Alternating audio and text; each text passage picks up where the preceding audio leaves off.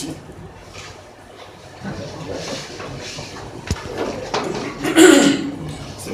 Oui. Non, s'agissant de la question des militaires lynchés, je crois que les deux collègues qui sont intervenus avant moi ont dit l'essentiel. Ce que je voudrais juste rajouter, c'est que ces lynchages se seraient produits suite à l'arrestation de l'imam. C'est bien ça. Donc, il n'y avait pas...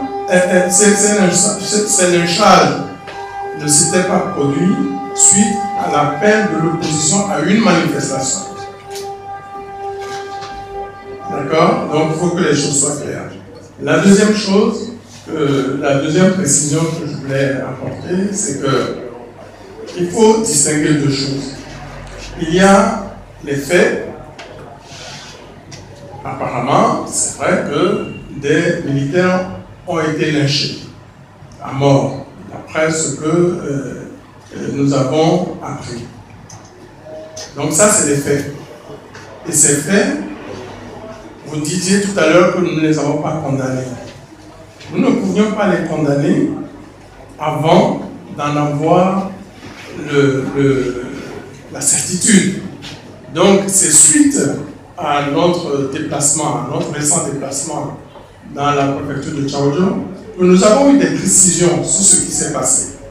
Et vous avez vu tout à l'heure que dans notre déclaration, nous avons dit que nous déplorions les lynchages qui ont entraîné la mort et les blessures de militaires en faction, etc. Donc, on ne pouvait pas déplorer avant d'avoir eu des informations précises sur ce qui s'est passé. Maintenant que nous avons, à la suite de notre tournée, obtenu des précisions, nous avons déploré. Maintenant, pour condamner, il faut savoir qui sont les auteurs de ces lynchages. Or, au jour d'aujourd'hui, nous ne savons pas qui sont les auteurs de ces lynchages. Il y a deux versions. Il y a les autorités qui disent que ce sont des manifestants, enfin ce sont des militants de l'opposition.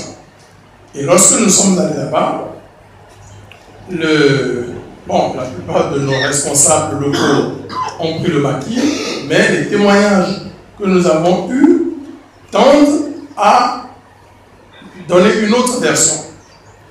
Il semblerait que ce soit des miliciens qui avaient infiltré une manifestation de colère et de mécontentement spontané et qui serait l'auteur de ces lynchages pour les faire porter par l'opposition. Voilà, il y a deux versions contradictoires. C'est pour cette raison que nous avons, dans notre déclaration, demandé qu'une enquête indépendante soit diligentée pour établir les faits et établir les responsabilités. À partir de ce moment-là, on peut condamner. Au stade actuel, on ne peut que déplorer que de telles choses se soient produites. Et c'est ce que nous avons fait. D'accord?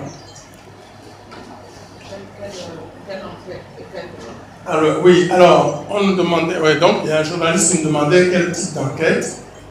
Bien, vous vous souvenez que après les événements de 2005, il y a eu une enquête diligentée par les Nations Unies dont personne, à ce jour, ne conteste les résultats.